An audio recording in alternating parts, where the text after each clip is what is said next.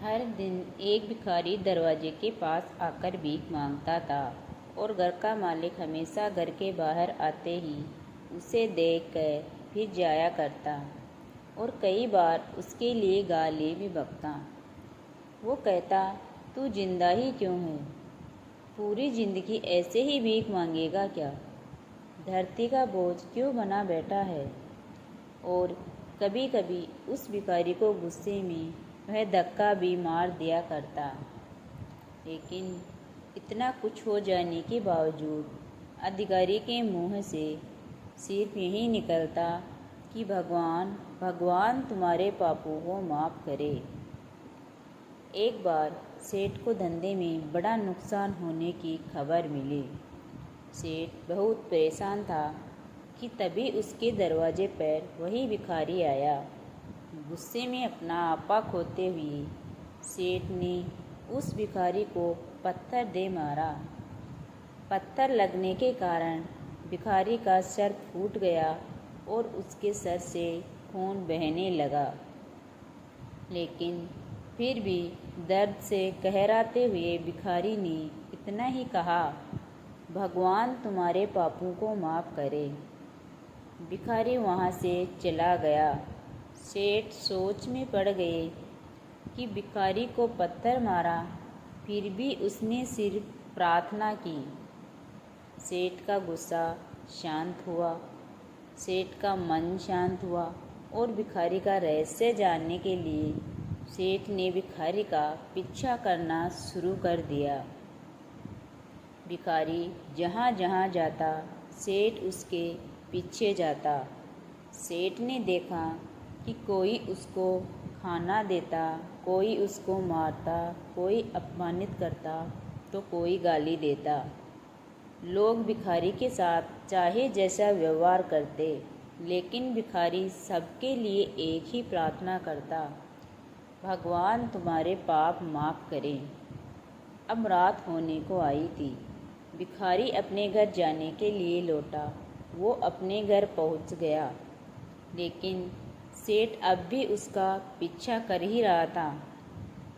एक पुरानी टूटी हुई खटिया पर एक बूढ़ी औरत लेटी हुई थी, काफ़ी कमज़ोर और बीमार लग रही थी। वह भिखारी की पत्नी थी।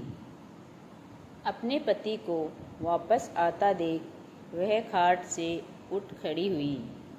पत्नी ने अपने पति के भीख वाले कटोरे में देखा। उसमें सिर्फ आधी बासी रोटी थी। उसे देखकर वह बोली, आज बस इतना ही मिला, और हाँ, आपके सिर से खून निकल रहा है, ये चोट कैसे लगी? बूढ़ा भिखारी बोला, हाँ, आज बस इतना ही मिला, किसी ने कुछ दिया ही नहीं, सबने गालियाँ दी और एक ने पत्थर भी फेंका, इसलिए मेरा सर फट गया। एक गहरी ठंडी सांस लेकर बूढ़ा भिखारी फिर से बोला, यह मेरे ही पापों का फल है। तुम्हें याद है, कुछ साल पहले हम कितने अमीर थे? क्या कुछ नहीं था हमारे पास? हमारे पास हर चीज़ ज़रूरत से ज़्यादा थी, लेकिन हमने कभी दान नहीं किया। और उससे भी बुरा तो हमने उस अंधे भिखारी के साथ किया जो हमारे द्वार पर भीख मांगने आया करता था। बूढ़ी पत्नी की आंखों में आंसू आ गए।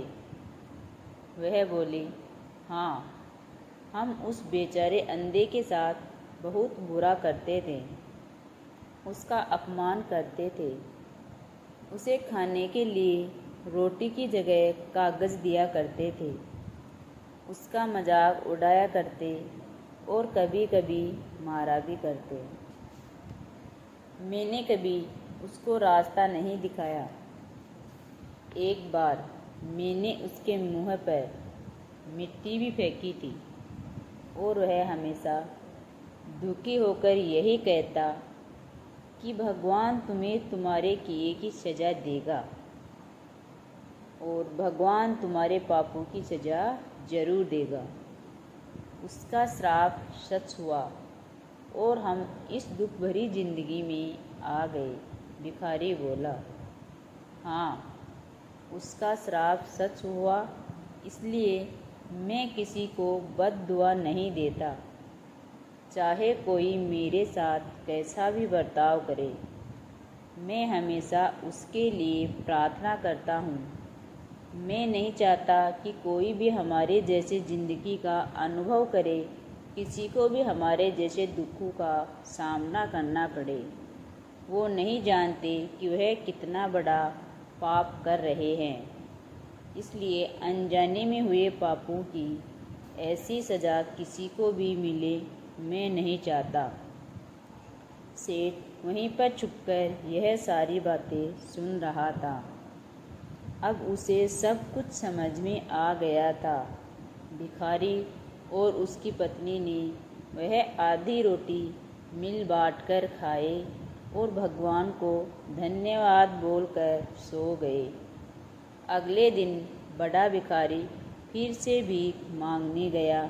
सेठ के घर के पास जाते ही सेठ ने पहले से गरम रोटी जो उसने निकाल कर रखी थी उसे देते हुए सेठ विनम्रता से बोला, माफ़ कर दीजिए बाबा, उसे बहुत बड़ी गलती हो गई। बूढ़ा भिखारी बोला, भगवान तेरा भला करे। इतना कहकर वह आगे निकल गया। इस कहानी से जो सीख लेने लायक है वह बड़ी ही सिंपल है कि आदमी चाहे किसी के बारे में बुरा कहे या भला कहे, लेकिन भगवान सिर्फ कर्म के हिसाब से उसको फल देता है।